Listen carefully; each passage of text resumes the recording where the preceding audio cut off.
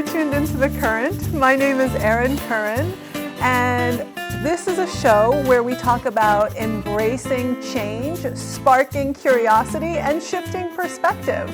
I'm delighted to present my featured guest for this show, SMITH GALTNEY, photographer and writer and Maine resident.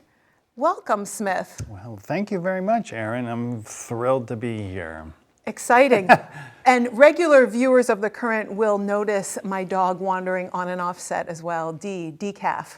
Right now she's involved in some set props off camera. So welcome again. And I'd love to start our conversation today, Smith, with you describing something in your life, maybe it's photography, that energizes you. That energizes me, something in my life that energizes me. Absolutely photography. I took up photography about 8 years ago, right on the edge of 40. I think actually I was just past 40, and it's kind of at a point in life where all the things I'd done up to that point in my life had sort of exhausted themselves. The things that I thought were really fun in my 20s were suddenly not kind of serving the same purpose at 40. Like when I started working right out of college, I really loved music. I loved going to concerts, very huge pop culture obsessive, and I love to read, magazines like The Village Voice and Rolling Stone, and I would read this writing about music and movies and all that stuff, and I was like, that's what I want to do. I want to get a job where I can say all my deep thoughts about U2 CDs and the message, the profound. I want to treat these albums like the works of art that I think they are, and I would read people doing that, and so and plus free CDs, free concert tickets, and all that stuff. So I started to do that, and very quickly I actually got work doing that, and suddenly all the perks started to come. And for a job for somebody to have in their 20s, it was a dream. A job for someone to have at 35, less so. Because you've been doing it for 15 years, but then also suddenly the people you're interviewing are now 21. Right. That's the thing about pop culture, isn't it? Like, people sort of say the same age. They kind of, it's like at first I was looking up to these people like, you're awesome, and then I'm seeing like these kids and I'm just like, oh, you think this is gonna, you think what you're doing is gonna matter? That's cute, So like the kind of the cynic or the the critic had like come alive in your work. That something that was fun had turned. It had just 15 years is a long time. Yeah, it is. So anyway, we moved to Maine kind of right as this was all curdling and developing a very black center, a dark kind of core, and so we moved to Maine, and I needed something to do and couldn't figure that out too swiftly. And I think my partner was very concerned. He was a little worried. Because I was a little depressed. I was inactive. Right. Got to the point where, like, just going to the post office, like I'd come back and he'd be like, well, can you do this? And I'd be like, I went to the post office. I don't know what more I can, first off, I don't know what more you want from me, but I don't know what else I can give today. Right. I love that I asked about what energizes you, and you've sort of gone into this life story of change, like how this was like this whole transitional period of career change, of life change, of moving to Maine. I mean, I think it's like so refreshing to hear someone be so upfront about how what energizes me today is not what energized me 20 years ago, and that's normal. Like that feels right, and that's normal, and that's like that can be expected. I mean, maybe some people stay with the same thing forever, but I think changing up what we're interested in is totally natural. Yeah, and I do feel, well, first off, I do have a way of coming at the answer of a question, like, well, let me take you on the scenic route, you know? Okay, I hope that's okay. Absolutely. But I mean, yeah, no, I've actually felt very blessed to suddenly be 40, and then, you know, my partner suggested I take a photography class at Main Media Workshops up in Rockland. Rockland, it's next to Rockport. And I had a week-long workshop there. I had a fantastic, incredible experience. It's one of the greatest educational experiences of my life. And I came home and got a camera and then carried it with me for every day for a year or more. I mean, I carry a camera with me. I mean, everybody carries a camera with them because of smartphones, but I was lugging around this big SLR. And just, as far as creative pursuits, it was the most fearless, committed act I was engaged with ever. I mean, writing, you know, I mean, all this writing I was telling you about, I was doing, like, writing just dug up every fear, every insecurity. I mean, I could write, you know, a sentence and then be like, I don't know why I'm even doing this. I mean, it was so easy for me to convince myself that I was bad at it, and there was no point. And I mean, also, it just also made me lazy. Like, it didn't energize me. I was never the kind of writer to be like, oh my God, I have things I need to put on the page. It was always like, anytime it came time to, like, type, I'd be like, oh my God, I think I need to go have a muffin, you know? Like, I open the laptop, that deserves a reward, you know? So, I don't know, there was something about photography, like, even though I took many, many, many, many, many bad pictures, and I still take them on a daily basis. The fun thing is then it's like, oh, that picture wasn't so good, but I'll try another one, you know? Whereas opposed to writing, I was like, that sentence wasn't good. I'm not gonna do anything for the rest of the month. Oh, yeah. You know? You know? So you feel like photography, if I'm hearing you right, like photography, you've just been more open to the process and just keep going. Like, just like keep taking pictures. And then the growth from that openness, you feel like maybe has been exponential compared to writing, how you engaged with that art or craft. I mean, the great thing about photography is that I'm so willing to learn. And I'm so like, oh my God, do you think this could be a certain way? Let me go try that, you know? Or wait a minute, I think I might try it this way. You know, if I had a draft of writing and then I showed it to someone, like, I just, you know, it would just be like, I'm so sorry, you know? I'm so sorry. Just the feedback. Yeah, like, just, I would email it and then just be like, I should have done better. Why, you know, this person's a nice person. They're busy. Why am I subjecting them to this? You know? But then, not without fail, but, you know, and this was back in the 90s when people actually edited things and really wanted things to be good. I mean, since then I've worked with several websites and whatnot, and now there's really more of a thrust to just get it done and get it up. You know, and back then it was like, well, we have the issue closes at the end of the week. Let's work on this. What about this word? What about that word? And that was the fun part. Just, you know, it's always fun when you're working with someone and they want it to be good too. And so, and that actually made me a better writer. You know, and you know, sitting there with someone working through it. That part was fun. But you know, when it came time to me being alone and back to the keyboard, it was always like, oh God. Is one of the things you love about photography that you're out in the world? That you're like, absolutely. Yeah? Yeah. The camera takes me places. Now, I was going to say, it takes me, you know, it really is your, like, entree to anywhere. I will say that I am 48 years old, and you know, so admittedly, like, I have my camera, I can go anywhere. But, you know, I've lived, you know, thankfully I have a nice house and I get very comfortable sometimes. So my wanderlust is not as wonderful as like a 23-year-old kid's would be.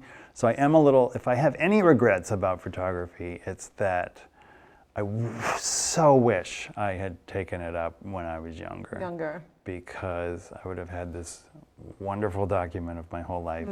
And I've gotten, in the past 8 years, I've gotten so like, I mean, the progress happens. I can see it from week to week. I mean, a picture I work on here a month later, you know, oh my God, I learned something a little new. Yeah. And so I can't imagine the instincts I would have if I had even picked it up in high school or college, you know. So that's my one regret. But yeah, no, I mean, I've been places, I've met people, I've spent time with people that I really wouldn't otherwise. That was the first thing I learned. The first schooling I really had was at the SALT Institute in Portland. And so after this 1 week intensive in Rockland. Yeah, then like about a year and a half later, I went to the SALT Institute, which was a 4-month intensive kind of boot camp, program. And you know, nobody's getting rich off of, certainly not documentary, you know, filmmaking or any kind of, really, I mean, photography, like the business model for it is kind of crumbled a bit, and it hasn't entirely, you know, reassembled itself. But we all decided that, you know, we all picked the stories that we wanted to do. We went after them, and at the end of the semester, I did something on the Mrs. Maine pageant, which I thought would be an interesting thing. And I spent a couple of months with this one family and this woman who was a contestant in the pageant. And you know, at the end of the thing, I was like, I never would have gotten to know these people.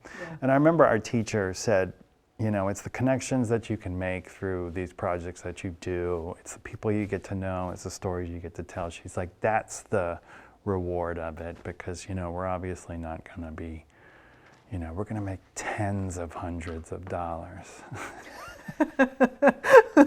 Right. You know? I wonder if there's something about that. Like when you know someone and you know the context of their story and the moment, and you take a picture of it, there's like a layer of understanding and awareness that someone seeing the photograph in a gallery won't know, right? Because they don't know the whole story, but they can appreciate the aesthetic of it. I just wonder if you could talk a little bit about that. Like, because sometimes a moment is so powerful, you take the picture. But then what makes it like a photograph that you then say, this is going to be in the show? That's a good question. I mean, I mean, it just depends. I mean, it depends on, you know, it's not just the one picture, it's how the one picture reacts to these other pictures, and then take those other pictures out of the equation, and then maybe this one picture doesn't work anymore. I mean, it's about context, it's about what you want to say. So the whole show theme, you're saying? Yeah, you kind of have this, okay, this is what I want it to be about, and then usually there's like the money shots, and I don't mean that like in the classic sense. 20s of dollars. There's the money shots that are gonna get me $15, you know? No. I mean, I have friends whose work sells for really impressive amounts. But, you know, there's the shots where you're just like, there's just without a question that something needs to be done with these. And then those shots dictate, you know, or not dictate kind of where you go from there. And then you choose a few of those. And then you have a couple where you're like, maybe, I don't know. So you put those over in a pile. And then maybe you have, so then you have like your short list. And then you start showing those to friends. And friends have ideas about like, well, definitely this one and definitely that one. And then you start getting excited. But then you show it to the next friend and they're like, definitely not this one and definitely not that one. And you're like, okay. And then you show it to a third friend and then they say what the first friend said. And then when you see the fourth friend says what the second friend said. And so you're like, I'm exactly where I started. Right. So I should really look in or like decide for myself. But there comes the point, and this is really cool. Yeah. This is the really, really cool part, because you've done your lap, yeah. you know, and you're different than when you started, because when you started, you're just like all on your own. Right. And you're just like, I think these are good. And then you go up and you're like, yeah, they're great. And then, oh, okay, this person thinks this. And oh my God, wait, yeah, okay, yeah. you know, yeah. and then you come back, and then you know the point, you're at the point where you need to be when you show it to someone and they're like, I think this, and you're just like, no, you're totally wrong. You're totally wrong. I know this one needs, like the moment you say, well, this one needs to be in the show, then you're like, okay, I'm pretty much, I don't need to show it to anyone anymore. I know what I want. Yeah. So it's like you've asked everyone. So you come back to a place where it's like, you're able to make your own choices. Yeah, and I like that because it does help always. It's like backboards, kind of like sounding boards, you know, in any decision-making process. It's just helpful because then it like becomes clearer, the voice inside me. If I'm like, well, no, that person's wrong. Then it's like, oh, I actually have an opinion about this. Yeah, I have things to say. Yeah, you know, and because at first it's just like, I think I have some stuff. Yeah. You know, and then the more you talk, it's the more you talk to them, the more you know, it's really cool. It's really cool. Like I had a show at a gallery at USM earlier this year, and normally that stuff just freaks me out, you know, and it was an amazing experience because by the time it all went up on the wall, I was like, I think this is a good show. Yeah. Like at the end of the day, you know, people may have things to say, but I know I did everything I wanted to do, and I'm really kind of okay with this. Yeah, that's a great feeling. There's a really good feeling, and I'm not feeling that way right now. It's fleeting, you know, the show ended, and then I haven't really come up with anything since. I mean, I take pictures all the time. Yeah. And there's your website has some of your work on it, and we'll put a link to that in the comment section under the video. See it right here. Yeah. Just kidding. You probably will. And maybe we'll even be showing some of your photos as we. Right. I don't see it yet. Well, there's the dot. We'll show some of your photos as we're talking. Maybe if you send us some of the ones that you did for the documentary, the mystery. Sure. Oh yeah, absolutely. Just while we're talking, to have some to look at, that'd be awesome. And and so we're talking a little bit about your photography. We're talking. We started off talking about the life change that kind of got you interested and sparked you on this path of photography. Yeah. Can I say absolutely. Can I say one more thing that may? Well, just because you had asked about brings you out into the world and stuff, and I'm not, you know, just in my kind of getting all over the place. No, I think I covered it. I mean, it's like I do, you know, I think I covered it. I think I covered it. Yeah. I think I did. I mean, I talked about going out into the world and meeting people and making connections with people. I got it. Which is so different from the writer's lifestyle, as I understand it. Yes.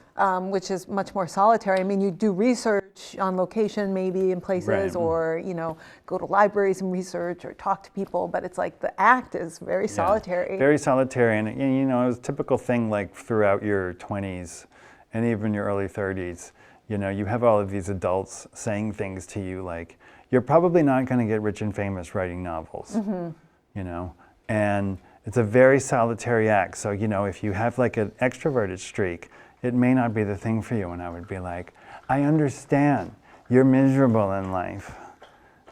I know you've made all the wrong choices and you're jealous of my youth and potential, you know.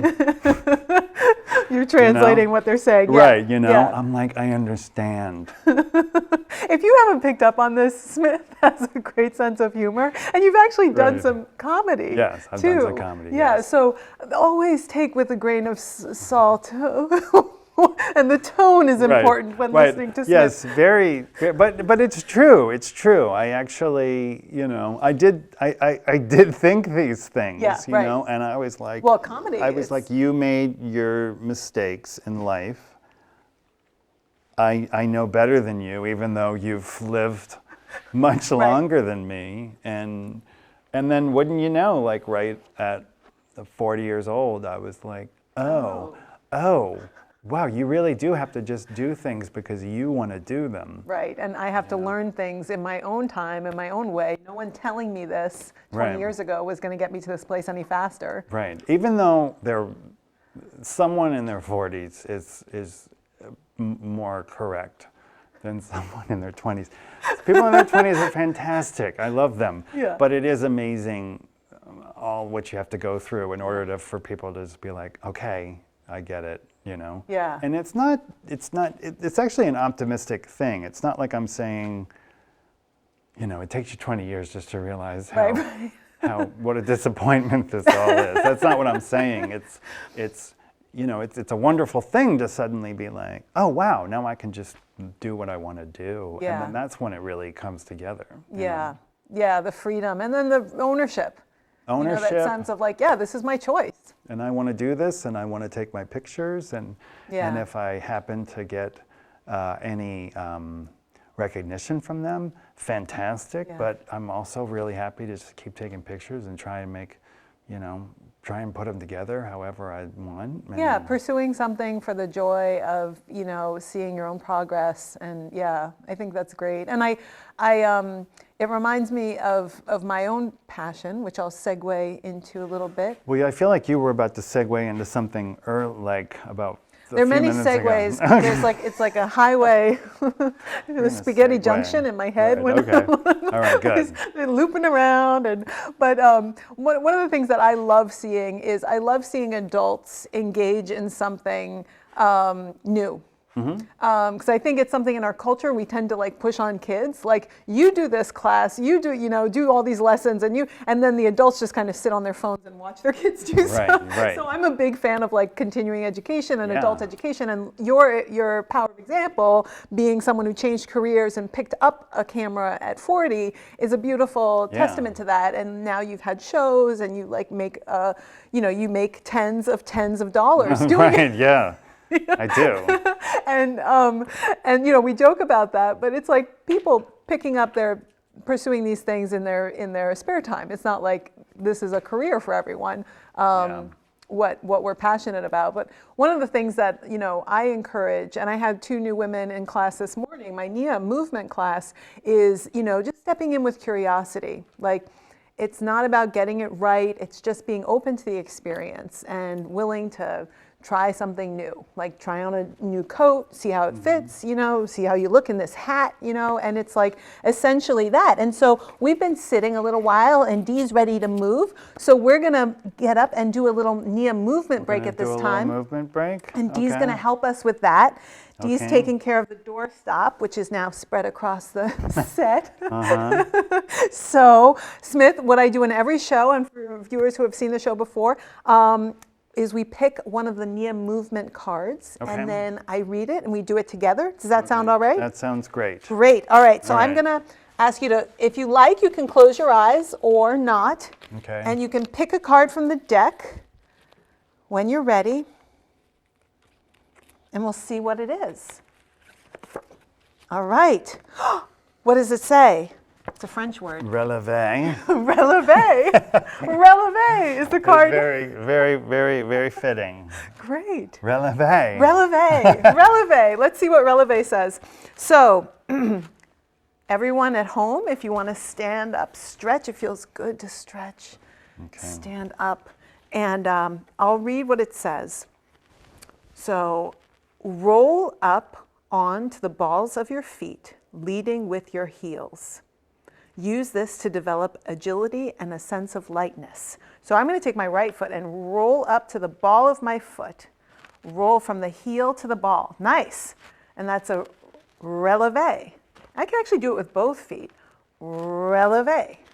And then my left foot. Relevé. Nice. Lovingly sound the word light as you do this move. Light. Light. Light. All right. And wet. The benefits.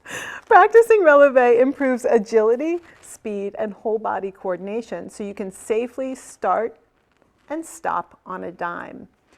So touch the heel, use the whole foot, and rise onto the ball of the foot. It's a little different sensation in shoes. Nia is typically practiced barefoot, so you can really get that sense of the sole of the foot rolling through. It's kind of like a massage for the sole of your foot. Well, it's funny, I feel it in the calf and then also in my shin. It's like a full... Yeah. It's a great way to strengthen the feet and also the legs. And what I like to do too is to kind of like lift and say, light. Light. Going towards the light. Beautiful. Releve. Releve. Smith, you're natural. For some reason, Dee didn't join us for releve. Right, she's just kind of like flattened herself in relaxed mode. Exactly. But I appreciate you doing releve with me and sensing, you can really feel the conditioning benefits. Absolutely. It's surprising how small movements, when repeated, can really build strength and also help us with our balance, because going up on one foot, on the ball of the foot, is great for practicing balance and increasing balance. And it's also amazing how I seem to have more balance on one side than on the other. Yeah, so noticing that is great awareness, and then you can choose to practice so that finds balance between right and left. Right, and then whatever you discover is a releve. It's a light. It's light coming into my awareness. Releve. Releve. Thank you, Smith. You're welcome. Yeah, that's a move that's more classically associated with dance. And the dance arts is one of the 3 movement arts influences in Nia, along with martial arts and healing arts. So I appreciate you. Thank you. It reminds me doing that with me. I had a little moment with yoga in 2004, 2005. moment with yoga. It was a moment. It was just, and I remember the woman just saying, sometimes just lie on your back, put your feet on the wall or somewhere above your head, and just let the blood kind of flow to your head. And it was just, she said 2 things. She was like, well, it helps get you blood in your head, and that's always a good thing. And then she said it'll also, she was like, my grandmother did it every day, of her life, and she had fantastic legs when she was, even at 80. And I was like, okay, say no more, I'm gonna do it.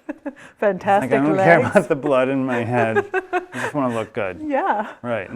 It's a great way, if you don't have a lot of time, to restore energy, to rest and also have that blood flow and really sense the energy. And totally. That's and wonderful. It doesn't take that long. Like, it's like 5 minutes. Yeah. Yeah, with your knees soft and your feet against the wall, or with your legs up against the wall, it's a different sensation. So definitely listening to the body and listening when we need to rest. It's simple things like that stepping into a new movement form, whether it's Nia or yoga or Tai Chi or swing dance or any kind of, broadens our awareness and increases, and then new ways of being in relationship with my body and listening to my body, which is the key, right? Yeah. When we don't listen, it's when sickness has a chance to develop, I think, when we're not listening. Right. So that's good. Yeah. Thank you. You're welcome. So I like that you talked a little about your own path to wellness and like a moment with yoga. Are the things back years ago? Are there things you do today that you find help sustain your well-being, both, physical, mental, emotional, spiritual?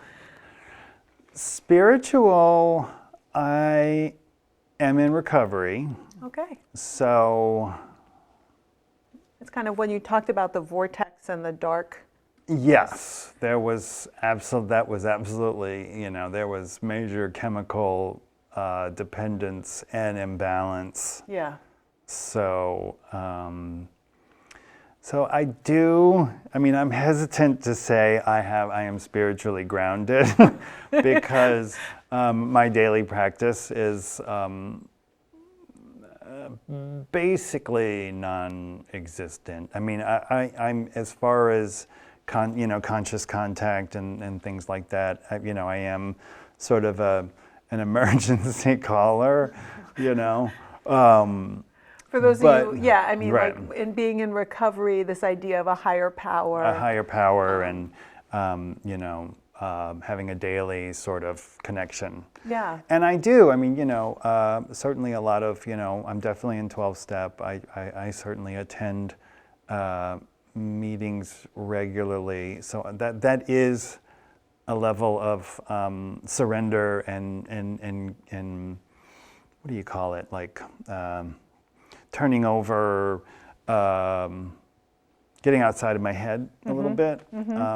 As far as the daily morning meditation, I don't know, it's like I'm always, a lot can happen between, you know, I could go to bed and be like, I've got to wake up and meditate, and so much can happen in dreams and all kinds of things that when I wake up, I mean, I'm immediately just like, I need coffee, and prayer just unfortunately doesn't ever make the cut. But because of my experience in recovery, there was a process in which I was able to get outside of myself for a little moment and turn my will over to a certain group of people who were jacked into this larger purpose. And that's part of everything I do today. Yeah. You know? So nuts and bolts. Well, I guess, how do you put it? Like minute to minute, you know, maybe I'm a little less jacked in, but each day I give thanks. You know, or you know, it's sort of what you call like a living. It's like a living amends or something like that. I mean, I'm present for my family. I'm present for the people in my life. I'm present for, you know, I'm reliable for the most part. I still have wild ADD, and I do disappoint people quite frequently. You know, I frustrate them. I don't think I disappoint them. I think I frustrate them. Maybe, okay, I'm sure maybe some people are disappointed. In fact, you should talk to my husband. But there is something I'm connected to. Yeah. And so spiritually, physically, I immediately dove into the spiritual part. Yeah. Physically, I don't really do any of the breathing or whatnot, but You don't breathe. I don't breathe. I'm not very overrated. It's so pedestrian. Oh, you're still breathing? You're still breathing? That was so 90s. So I exercise, but I work with a trainer, and I find that working at a gym is, I mean, it's wonderful for me, and but you know, in terms of all the things that people do, you know, Pilates, or I feel like the gym is so like, you know, I don't know. I feel like it doesn't maybe have that spiritual element to it. It's more physical. It's more physical and just like, you know, but I mean, it's not like I'm sitting there like, how much can I bench, you know? Right. But we do a lot of like cardio and stuff like that. So I pretty much work out with him about 2-3 times a week. He's a great guy. I actually have a lot of fun with him. We laugh a lot. That's so critical. Like with anything that we choose to do is to have fun doing it. And he and I, a lot of laughs. And you know about laughter.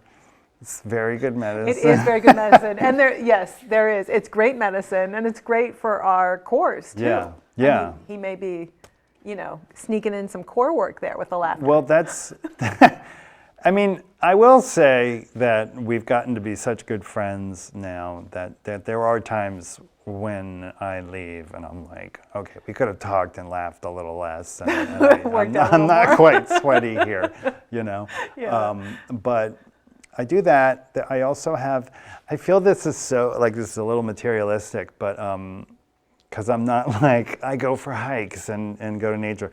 I'm going to a gym, and then we have this thing called the Peloton cycle, which is this bike that has a tablet on it. Yep. And you can basically Skype in to spin classes. Oh, wow. Yes. That's high tech. It is. It's very high tech, but it's also the coolest thing in the world. And we've had this exercise bike for 3 years, and we're still using it. Like, wow. How many times have people bought exercise bikes and gotten completely bored with them, and then they become coat racks or something? Yeah. But because these classes, and they have an archive of classes. I mean, you don't have to take a live one. Yeah. But it is fun when you take a live one, because sometimes they call it, like, they see all the, the handles and the usernames, and they're like, Smith G, go for it, And I'm just like, you see me.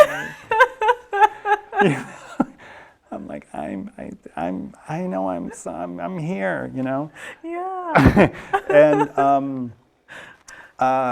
And the other thing that's great about it, the thing that I love about it, because I used to actually like spin classes, but if you guys notice I'm wearing a hearing aid, it's because I went to way too many concerts when I was in my 20s and sometimes in my 30s. All those free tickets. All those free tickets. I went to a lot of nightclubs. I listened to a lot of music loudly with headphones. Lived in New York City. It was like on the subway. Not loud enough. I think I'll put some headphones on, Yeah. And anyway, so this year is largely shot, but so then I would go to these spin classes where the music is so loud, and it's on these shrill speakers, and they're playing these MP3s from an iPod that are like super thin, and then they blast them. And it's just the shrill sound in your face, and you don't want to be like the one person in the class like, Turn that down, please. Yeah. Excuse me, we can all still sweat, right? Yeah, yeah. Yeah. So this really works for you, having the Skype in capacity. Yeah. And the other great thing about it is that spin instructors in general say a lot of like silly things. Yeah. They say a lot of dumb things. So you can laugh at them. Yeah. You can laugh at them. And the other thing I really love is that if a song comes on that you really like, you can sing along to it. Because you're in the comfort of your own home. The comfort of your own home. And then if you really get into it, you can grunt, scream, yell, swear, You can do all those things. Uncensored. And I find it to be incredibly liberating. That's awesome. Yeah. That's awesome. I think everyone should find something that they can feel is free with. Right. Yeah. I mean, it's nice. It sounds like it also addresses your emotional well-being, because I think having an outlet to express is like, it's a natural fit when we work out because we're already like moving things, but it's so good to have, like, I was talking with a friend about doing improv as like one outlet for expression. You're not in a bike, you're not doing something necessarily super physical. It is physical, but you get to try on different emotions and be different people. And I think just having that emotional outlet to get to explore in a safe space, and express different things is so powerful and can be really eye-opening. For me, it has been, at least in the past. And that's actually how we met, is like through this. We were joking about like how it was like this theatrical production that was like like very, very local. Very local. I don't know what you were calling it before, but it was it was sub-regional. And we were both in a time in our lives when we needed a creative outlet, and it was perfect because we could just be kind of wild and crazy and let loose, and that like served a beautiful thing. And it's not that we're in theater productions even today, but because of that show. Because of that scarring experience. Right. I mean, the funny thing is that it could have been a scarring experience, but it was really one of the first times in my life. And when someone is in like 3 to 4 months into not doing drugs anymore, right? I mean, it really is a good time to just like embrace the fact that you're doing something that's really bad, and it's just, you don't know, like you're gonna go out there and be a part of something that just stinks, and just accept it and be like, this is gonna be horrible. but I'm gonna like make it. I'm gonna make it as horrible as I can. You know, I'm gonna put my all into. I'm fully in, and I really don't care what other people think. Yeah. Which was easy to do on that show because I don't think many people saw it. We didn't have record audiences. We weren't I was walking out there. I was like, I don't care what these two people think. I don't care what these two people think. Yeah. You know. Oh man. Yeah, and like how what we were saying was like how much we both like needed that and then grew from that experience and like looking back, you know, learned so much like from it and doing it. And yeah, I think like having that attitude of gratitude, like we say, is a profound way of shifting life. Like, you know, it's like I'm fully committed in this moment to whatever I'm doing, and I can see what I'm getting from it. Maybe not in the moment, maybe, you know, but like at some point more will be revealed. Mm-hmm. And just like having that appreciation as an anchor for my life. And like you said, practicing daily gratitude, like just appreciating all you have. Again, not necessarily materially, but like, you know, friendships, relationships, showing up for your family, that ability to like be present today, that was so foreign to you know, that can be foreign as young people, especially as young people who are using a lot of drugs or drinking. It's just like the last thing on our mind is to like show up for someone else. Right.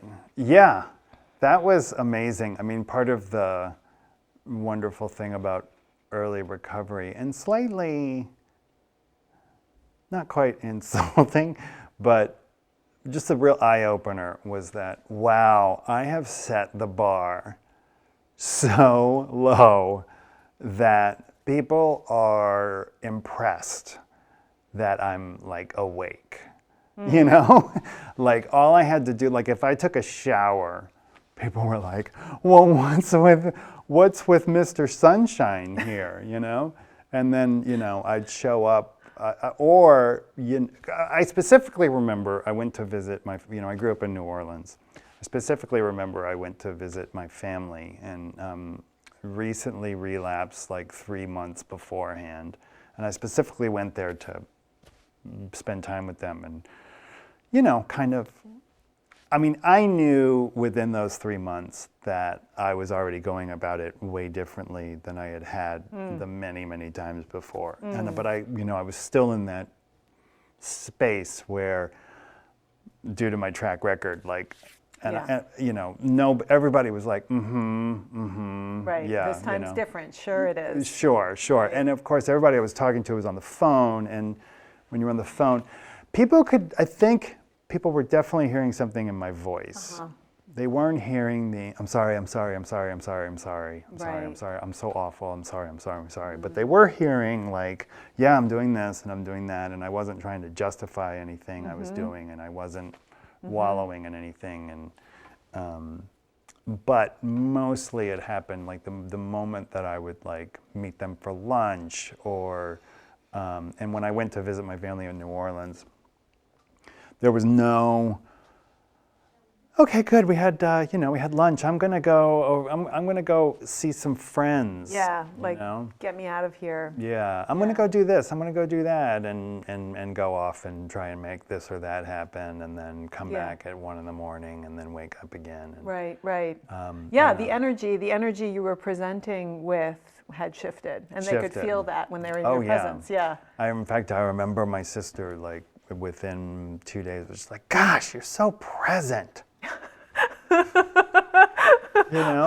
like, you're so here, Yeah. I was like, yeah, I know. And the cool thing about it was that all the times before, like I would be like, I'm here. Right. For 45 minutes. Right. Now can I go? It was all self-absorbed. I'm doing this so that I can go do this. And it was like, I knew, like by the time she said, like when she said that, I was like, I'm not doing anything. I'm just hanging out with my nephew. What do you mean? That's such a beautiful, like, it's like this, the words can be the same, like I'm here, but like the intention behind it changes everything. Totally. Is it coming from a place of selfishness, or am I like kind of being selfless and with the family, just to be with the family and show up for others. And service, which is really like the last thing that I'd like to talk about is I always like to ask guests on the show, like how they show up for service and what that looks like. And I think service work has such a broad, you know, in the halls of recovery, it has sort of one meaning, but it can also have many other layers and meaning in life outside. So I'm not necessarily referring to your service work in recovery, although if you want to talk about that. It's not just coffee commitments. Yes. But like how you show up and give back in life, and like what that looks like, even if it's real small things or bigger things, whatever, like what that means to you to be of service. I think we touched on it just now with being present with your family. And you mentioned this living amends, which is like, you know, living in a new way, and you know, changing your behavior so that you can truly be with your family and friends and be responsible and reliable and trustworthy. And yes, you'll still make mistakes, but you know, we're human, you know, it's what we do with that matters, you know. So I wonder if anything comes to mind with that question, like what does service mean to you? How do you show up and give back? Or the first thing I think about is my husband. You know, I'm generally there. Yeah.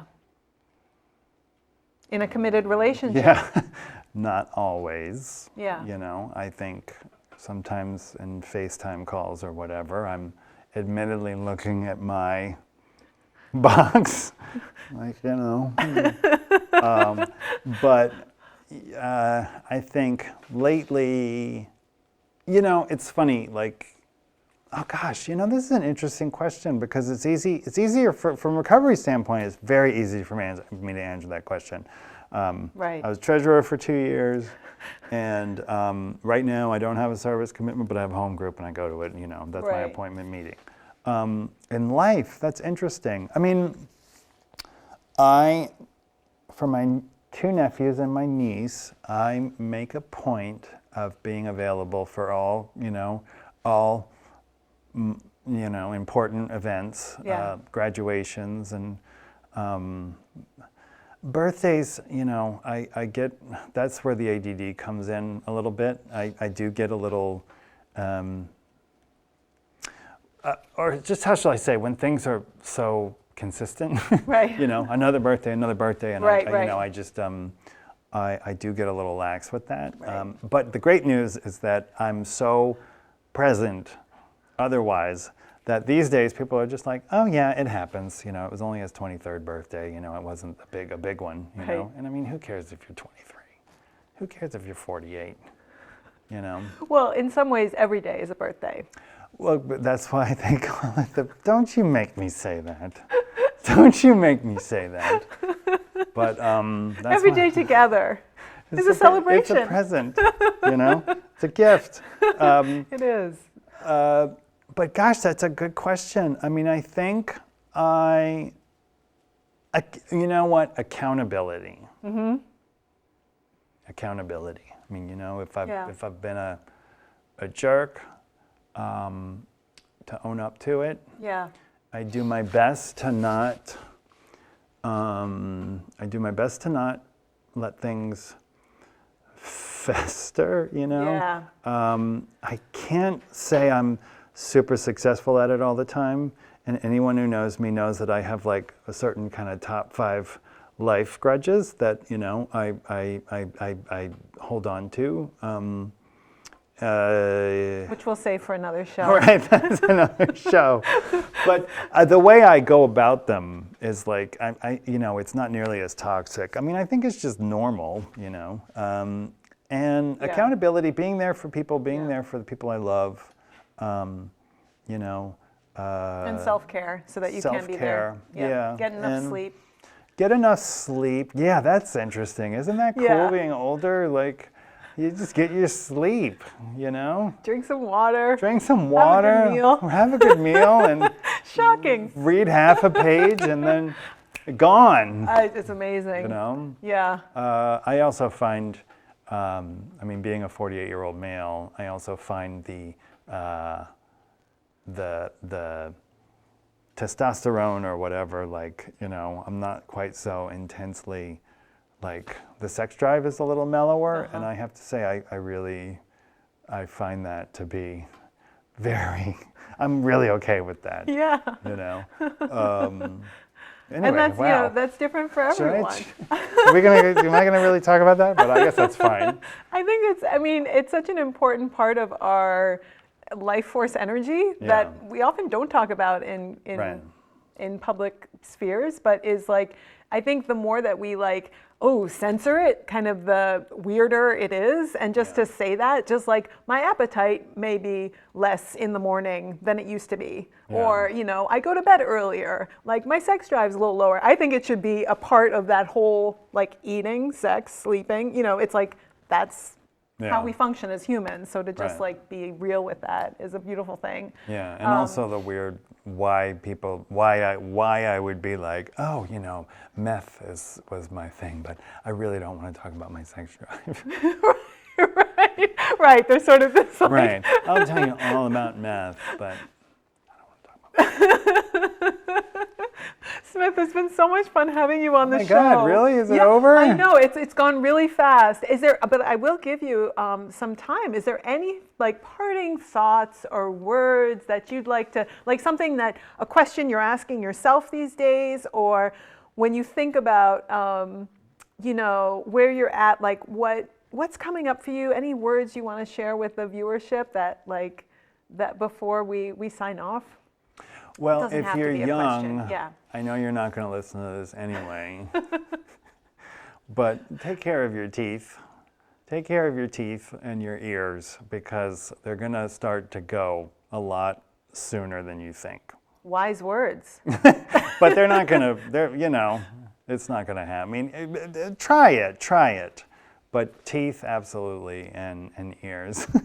And I would say whole body. But, right, you know, and everything else, you know. But I mean, those are the ones that I've noticed in life already. And my ears started when I was like 19, so. Yeah. But yeah, just do your best to do things for yourself, you know.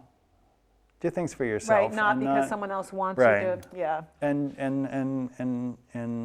understand that I know that the world is telling you that you need to do this by a certain time, and that you need to have accomplished this in order for it to really mean something. And, you know, and ultimately, like, you're going to come to a realization that that is all pretty meaningless, except for the actual act of doing these things and getting the satisfaction for yourself out of that. So, but again, I mean, it's also good to have ambition and drive and everything, you know. So anyway, just go do whatever you want to do. And with that, I want to thank all of our viewers for tuning into The Current, and really thank you, Smith. Thank you, Erin. Your schedule. Absolutely. And for speaking so openly and honestly about your life and your passions. And thank you. And I think, like, when I ask a question and you're like, oh, that's a good question, you know, it's something to just. It's a question. Questions can just live as questions. It's not like we need to have answers. And I just love that, you know, living with questions personally. Yeah. So I want to thank you again. And thank you. Thank you, everybody. And we will put links underneath the show, and we'll see you next time on The Current. Bye for now. Bye.